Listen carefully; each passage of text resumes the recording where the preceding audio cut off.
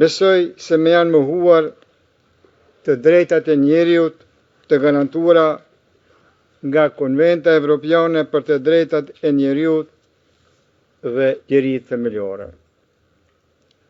Ndërto, më rëndësishme është e drejta për të jetuar në liri, veçanërisht e drejta e një njeriu në fazën e fundit të jetës së tij për të jetuar vitet e mbetura me dinjitet pranë familjes dhe në ardhmë në lirë.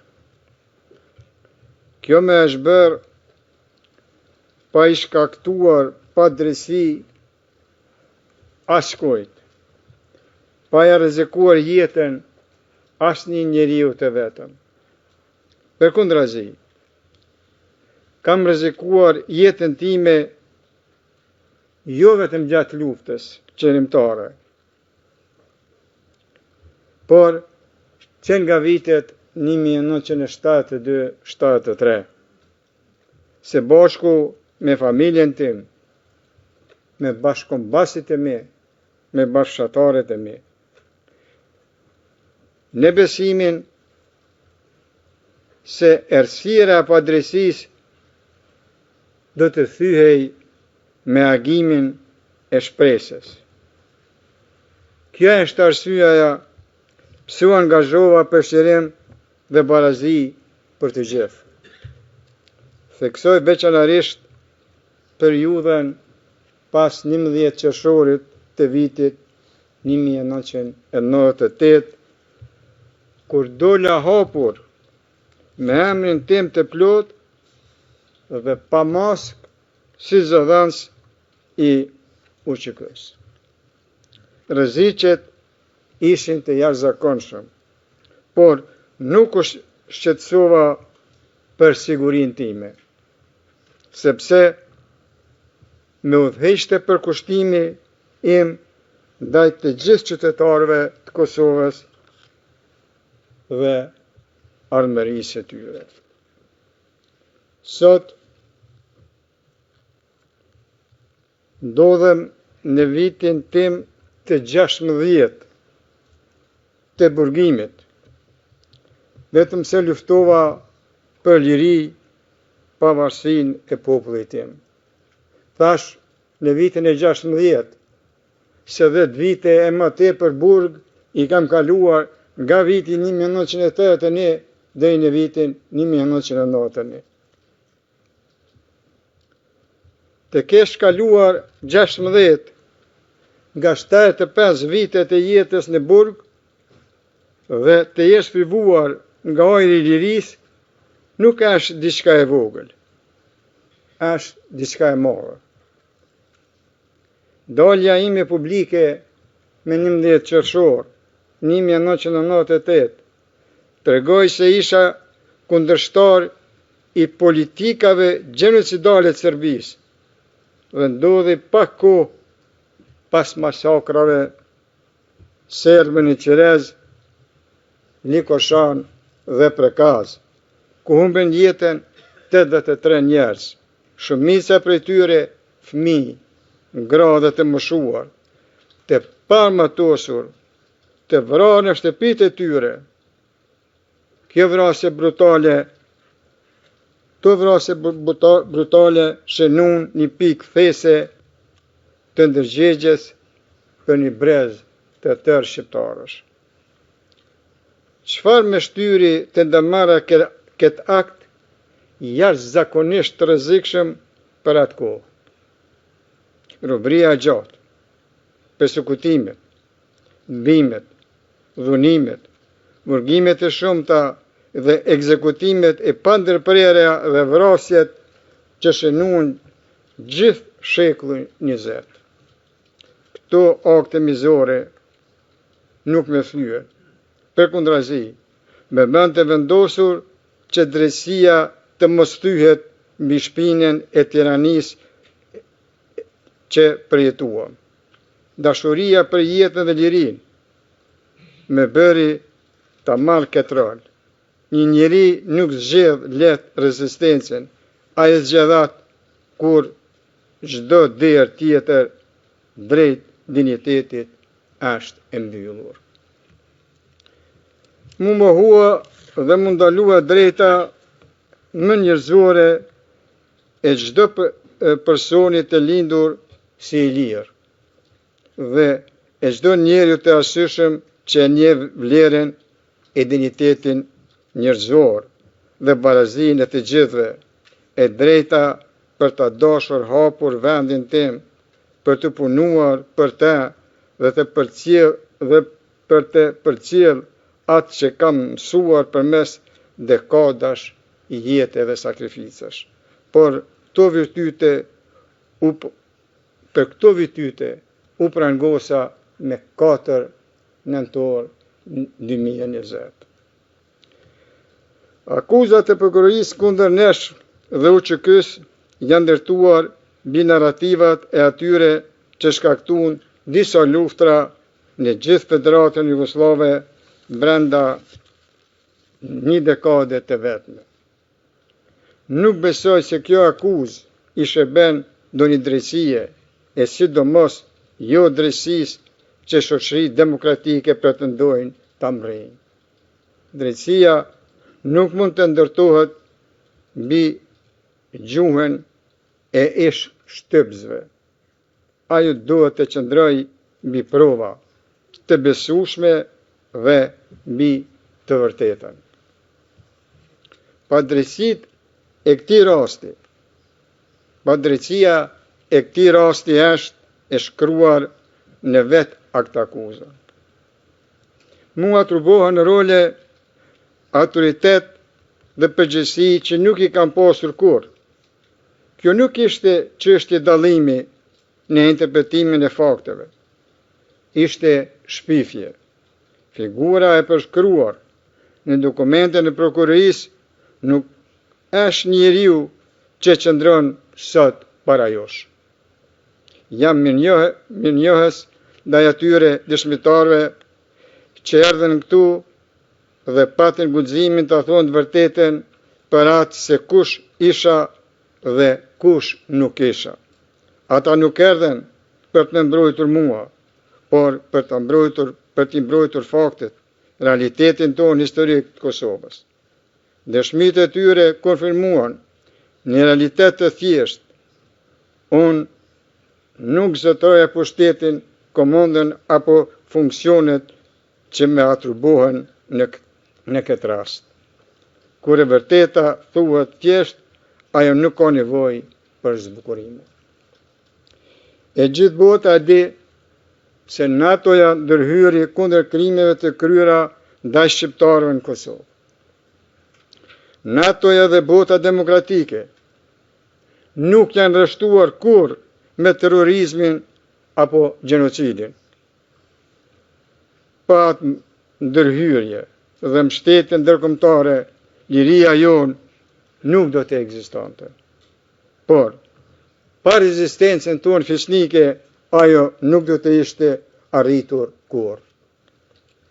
Veprimet e UÇK-s dhe veprimet e mia, si gjatë luftës, ashtu dhe pasaj, në çdo rast i dhanë përparësi paqes, dhe kjo është dëshmuar.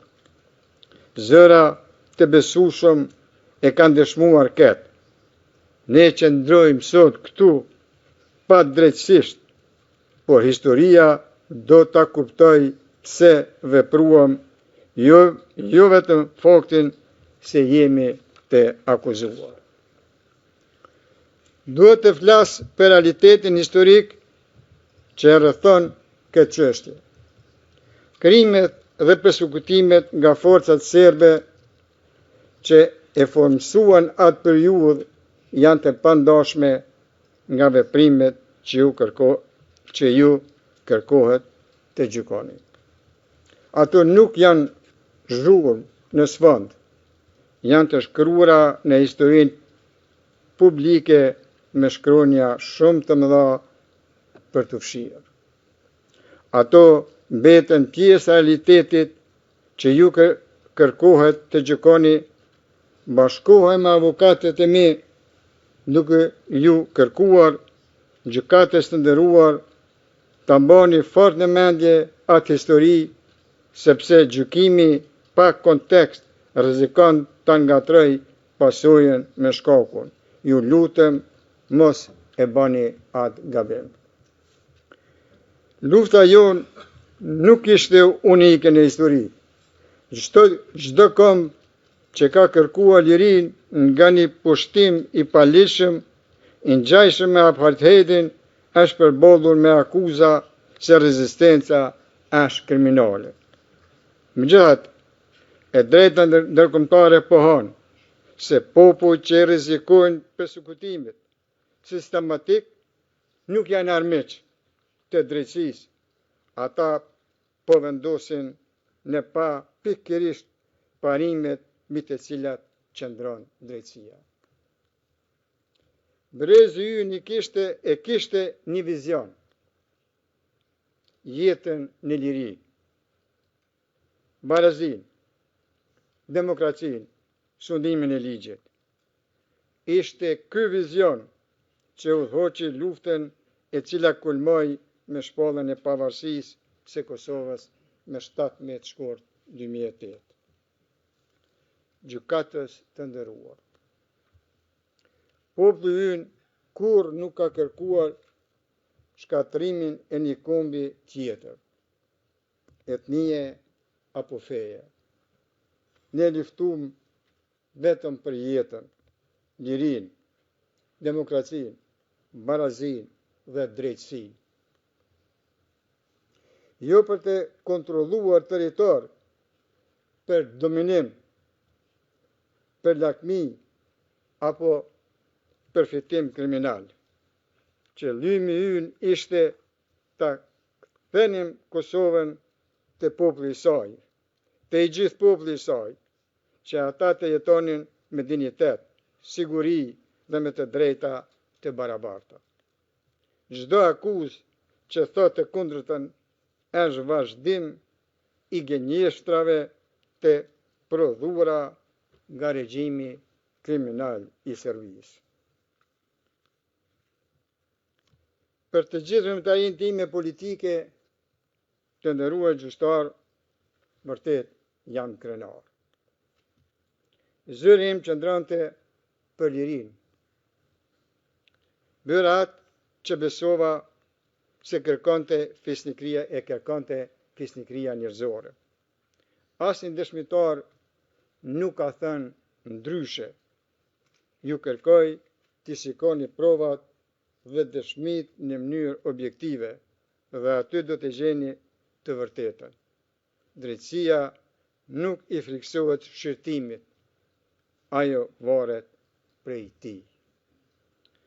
Gjykatës të nderuar, e përsëris me respekt edhe një herë, populli ynë kur nuk planifikoi shkatrim apo torturë.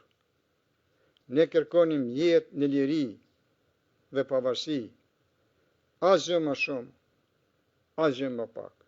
Sot populli ynë jeton në liri. Nëse dashuria për lirinë gjykohet si krim, atëherë vetë historia do të dënohet. Qëndroj për ajush, ashtu siç kam qëndruar gjatë gjithë jetës time, i përgjegjshëm ndaj së vërtetës dhe i pa friksuar prej saj. Ja kushtova jetën time bindje se njerëzit e meritojnë lirinë. Nëse kjo bindje gjykohet si krim, atëherë historia vetë do të jep verdiktin e saj shumë kohë pasi kjo gjykatë të ketë folur. Ju kërkoj ta gjykoni secilin provë me durim dhe pa paragjykim, dhe nuk do të gjeni një ndërmarrje kriminale, por një histori njerëzore të formsuar nga shpresa dhe domosdoshmëria, nga besimi në fitore dhe në demokraci. Nëse kjo bindje për lirinë tonë gjykohet drejt këtu, atëherë drejtësia jo do të më shërbej mua, por do të nderoj parimin që krijoi këtë gjykatë. Unë tu po e përfundoj fjalën time duke kërkuar drejtësi e cila shihet qartë. Faleminderit për vëmendjen tuaj. Thank you, Mr. President. Faleminderit zoti Krasniqi. Përpara se sa ta mbyll çështjen gjyqësore, dua që t'ju kërkoj palëve dhe pjesëmarrësve që se dëshirojnë që të ngrehen në një çështje tjetër përfundimtare. ZPS-ja, holding jo, nuk kemi asnjë çështje. Zoti Smith, zoti mbrojtësi i viktimave, jo, Misetic, jo, Dixon, jo, Roberts, jo, Allegendra, jo, nuk kemi çështje tjetër. Përpara se të përfundoj këtë çështje gjyqësore,